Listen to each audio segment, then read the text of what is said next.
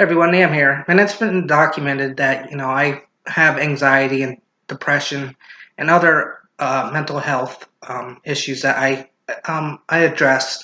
So, because it's let's face it, mental health issues, it's like a taboo thing that a lot of people don't want to talk about because it's oh, you must be crazy if you take drugs or something to help you function daily in life, and it's sad and it sucks, and I live it every day. But I hope that I can speak out and you know so someone that sees this video can just be like, I'm glad I'm not the only one. I'm glad I'm not the only one that feels the way. Because a lot of times I feel alone. I have siblings that a brother and sister that I care for. They don't have these issues, and I'm glad they don't have to go through them because it's hell. Uh, it's hell when my cycles of depression come through, especially when it's in the winter time. Thank God it's almost over because when spring comes, my depression starts to go down, and I'm it's like the hills are alive. Everything's lively. I feel good. The day's longer. You get more energy from the sun. The whole nine yards. Basically, what this video is going to be my review on my experience that I still take. Clonazepam, or known as Klonopin, also. I also made a video reviewing my experience with Seroquel, which helps me with my sleeping problems that I've dealt with since about 12 years ago now. In that video, I'll leave a link in the description below. You can check it out. In that video, I described the pros and cons, how it's helped me, and the side effects that I still get from it. But it still helps me, uh, sleep. But in order for me to take it and not be too drowsy in the morning, because that's one of the obvious side effects for Seroquel, is you got to take it at an earlier time. That way, when you're up and you got to go to work, and you're not, you can. You know what I mean? You're not drowsy, or you're not like a zombie, basically. Now talking about clonazepam, I take right now. I take 1 2 milligram tablet each night with the Seroquel, and that's to help with right here. That's to help with my anxiety. A lot of times at night, it started. My mind just is racing back and forth. About 2 years ago, a little over 2 years ago, I tried when I cut down my Seroquel, and that worked a little bit. I cut down from like 400 milligrams to 200 milligrams, and I tried cutting down to 100 milligrams, but I saw that 200 milligrams. By the way, those who are watching, do not do what I'm telling you to do. I know to do it. Like, seriously, do not adjust your medications. Talk to your doctor first. So this is disclosure. Uh, this is not telling you how to do. I'm not a doctor, so don't do what I did here because it's a big no-no. But I know people who are willing to experiment to see what works for them. If you're going to do that, you need to talk to your doctor. So I just want to get that clarified.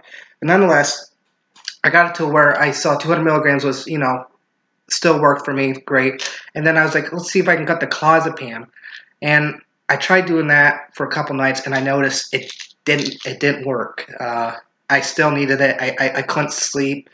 I was still kind of antsy and just not being able to stay still. That's a lot with the anxiety.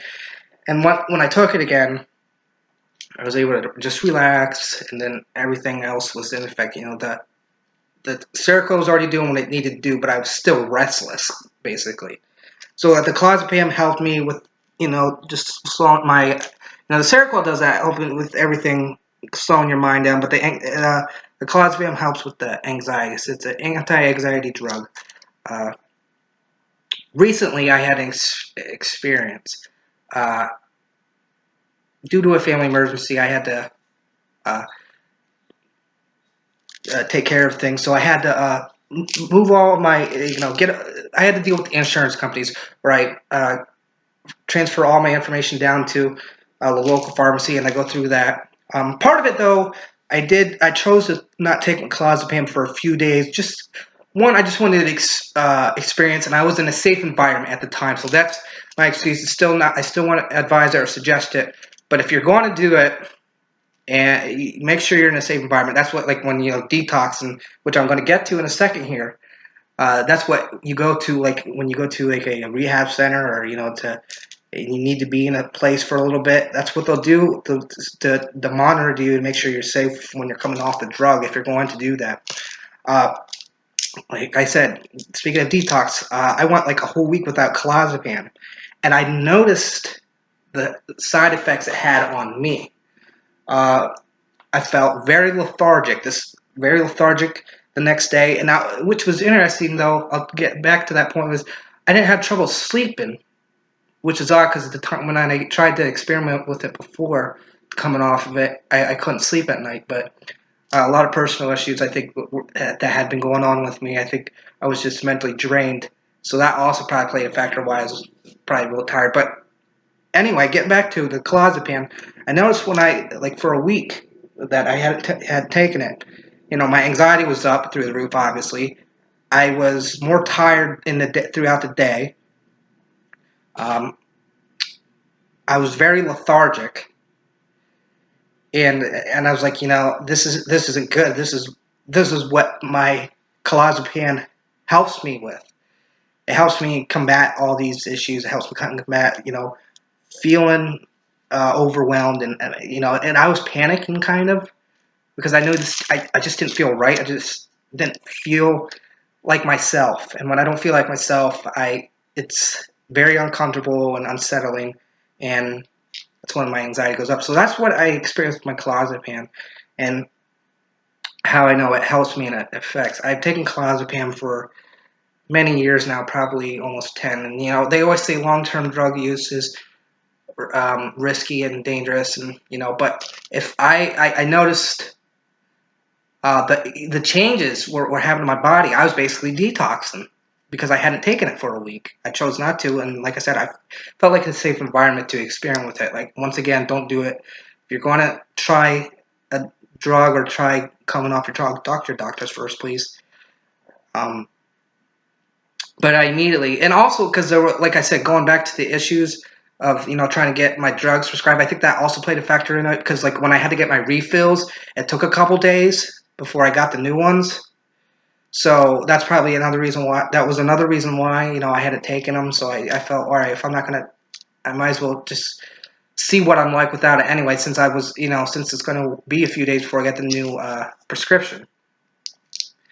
So I took my current prescription and uh, took it all the way up to its last date, and then had to wait a few days anyway, like I said. And then I noticed the change in the side effects in me, and it was like out of my system. It was trying to come out of my system. So that's essentially what what detoxing is.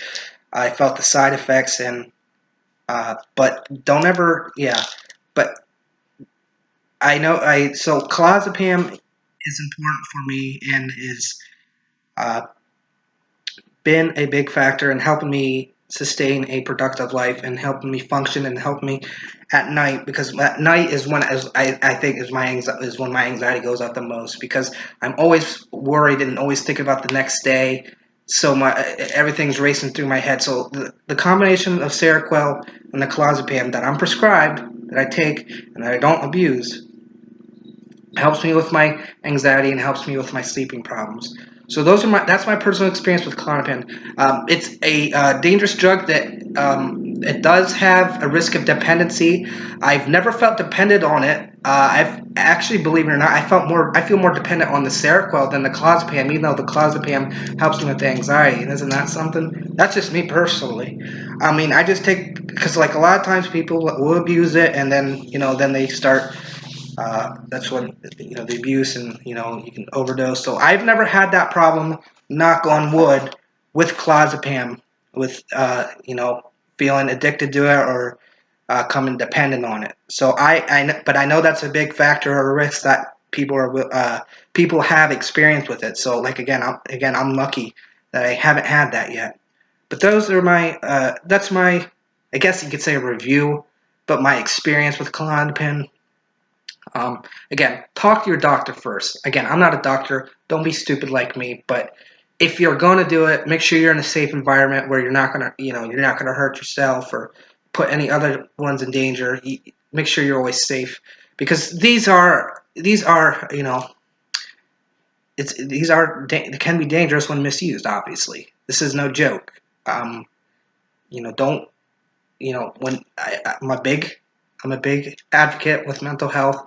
If you need to talk to your doctor, talk to them what's going on. if you feel like, if your medicine's not doing enough, or if you feel you're coming good, talk to your doctor, and then you can work and see. And you don't cut. See, that's the thing. You don't cut cold turkey. Obviously, I don't want to preach to the choir, but if you're going to wean, you need to wean yourself off of it before you come completely off of anything. That's all. That's also with the detox effects, so you don't experience that.